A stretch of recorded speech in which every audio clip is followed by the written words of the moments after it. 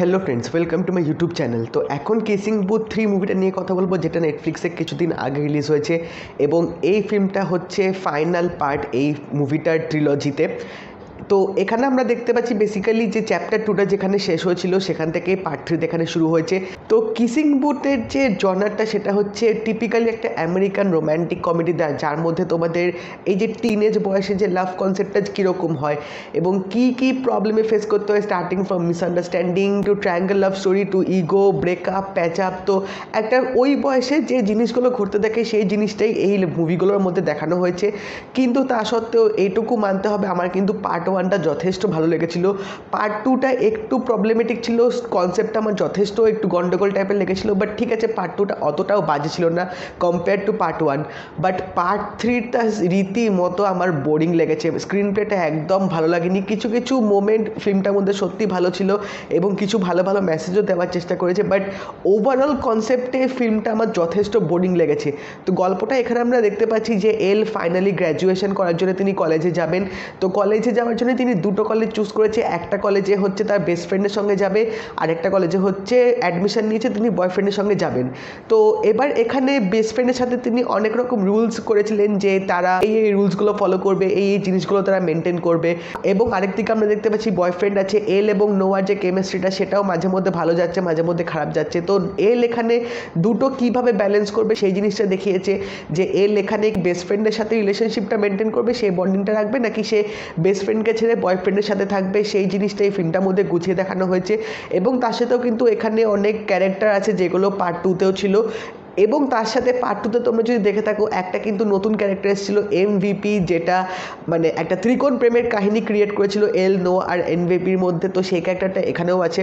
তো এই ক্যারেক্টারটার সাথে যখন এলের আবার দেখা হবে, তো তাদের মধ্যে কীরকম একটা ফিলিংস জেগে উঠবে, বা সে এলকে এখানে বোঝাতে পারবে কিনা তার সাথে রিলেশনশিপে আসার জন্য। তো প্রচুর কমপ্লিকেটেড জিনিসপত্র এখানে দেখানো হয়েছে, যার মধ্যে সিরিয়াসলি কিছু কিছু মানে মুহূর্ত বেশ ভালো দেখিয়েছে, যেগুলো সত্যি রিলেটেবল হয়, যেগুলো একটা রিলেশনশিপে মানে হয়ে থাকে, তোমরা দেখলে বুঝতে পারবে।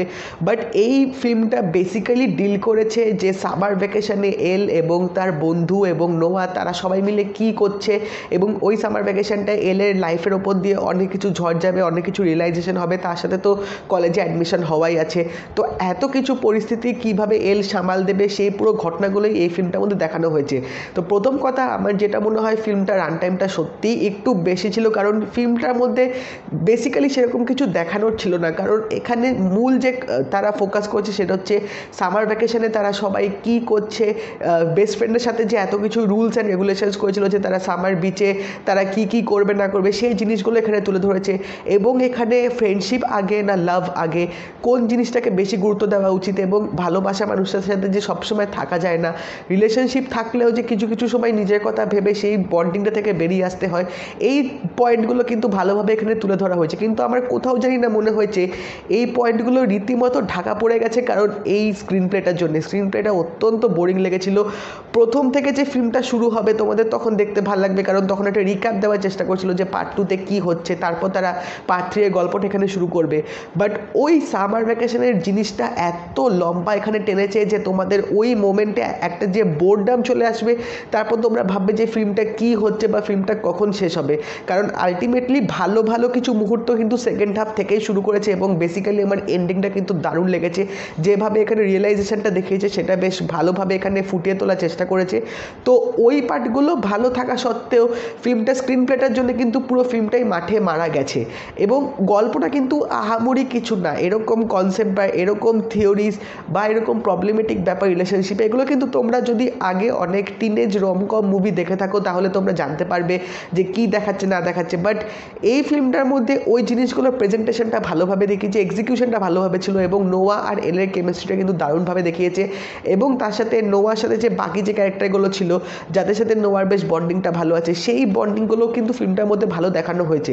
তো ওভারঅল বলতে গেলে কিসিং বুথ 3টা আমার যে এক্সপেকটেশনস নিয়ে বসেছিলাম, কারণ এটা ফাইনাল পার্ট ছিল, তো ভেবেছিলাম যে কিছু বেশ সুন্দর ইমোশনাল মোমেন্ট বা কিছু সুন্দর মুহূর্ত এখানে দেখাবে, যার জন্যে এন্ডিং পার্টটা দেখার পর তোমাদের একটা তৃপ্তি আসবে বা তোমাদের মনে হবে যে না ঠিক আছে, ট্রিলজিটা ভালোভাবে এন্ড হলো। সেটা কোথাও গিয়ে আমার মনে হচ্ছে হয়নি, সেটা আমার পার্সোনালি দেখে মনে হয়েছে। বাট এই ফিল্মটা অনেকেরই ভালো লাগতে পারে, স্পেশালি যারা টিনেজ লাইফে আছে, যারা টিনেজ ফেজ দিয়ে যাচ্ছে, তাদের এই গল্পটা যথেষ্ট ভালো লাগবে, কারণ এটা তাদেরকে কেটার করে তাদের কথা মাথায় রেখেই গল্পটা বানানো হয়েছে। তো তোমরা যদি কিসিং বুথ 3 মুভিটা দেখে থাকো তো আমাকে অবশ্যই জানিও তোমাদের কেমন লাগলো। আর যদি এই ভিডিওটা ভালো লেগে থাকে লাইক করে দিও, শেয়ার করে দিও, চ্যানেলটা কিন্তু অবশ্যই সাবস্ক্রাইব করে দেবে, নোটিফিকেশন বেলটাও কিন্তু অল করে দিও। তো দেখা হবে পরের ভিডিওতে, বাই।